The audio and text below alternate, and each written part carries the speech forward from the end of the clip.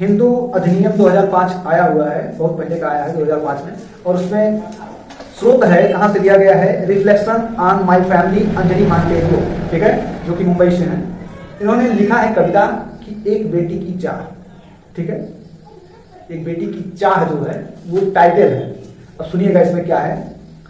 विरासत में मिला यह घर पापा को अपने पिता से, मतलब जो घर है वह विरासत में मिला किसको, पापा जो हैं उनको उनके पिता से मिला। सुनिएगा, विरासत में मिला यह घर पापा को अपने पिता से, यही घर मिलेगा मेरे भैया को मेरे पिता से, है ना। Yes sir. फिर से सुनिएगा, विरासत में मिला यह घर पापा को अपने पिता से, यही घर मिलेगा मेरे भैया को मेरे पिता से।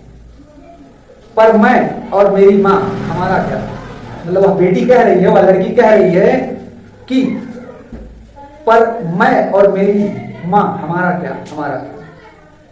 फिर से सुनिएगा, विरासत में मिला यह घर पापा को अपने पिता से, यही घर मिलेगा मेरे भैया और भैया को मेरे पिता से, पर मैं और मेरी माँ हमारा क्या, हमारा क्या।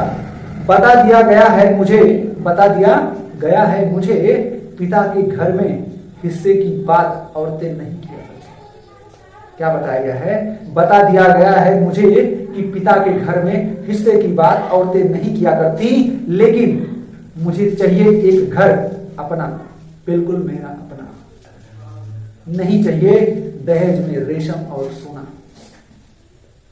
ये कविता जो है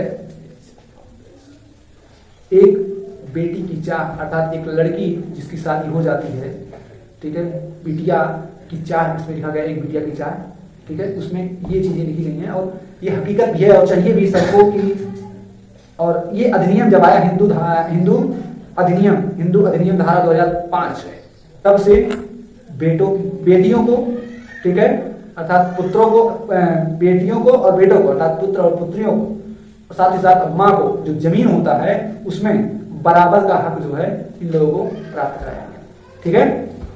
क्या था, बेटियों विरासत में मिला यह घर पापा को अपने पिता से, यही घर मिलेगा मेरे भैया को मेरे पिता से, पर मैं और मेरी माँ हमारा क्या, हमारा का, हमारा क्या। बता दिया गया है मुझे, पिता के घर में हिस्से की बात औरतें नहीं किया करती, लेकिन मुझे चाहिए एक अपना घर, बिल्कुल मेरा अपना, नहीं चाहिए दहेज में क्या, रेशम और सोना, ठीक है। तो ये था कविता, ठीक है।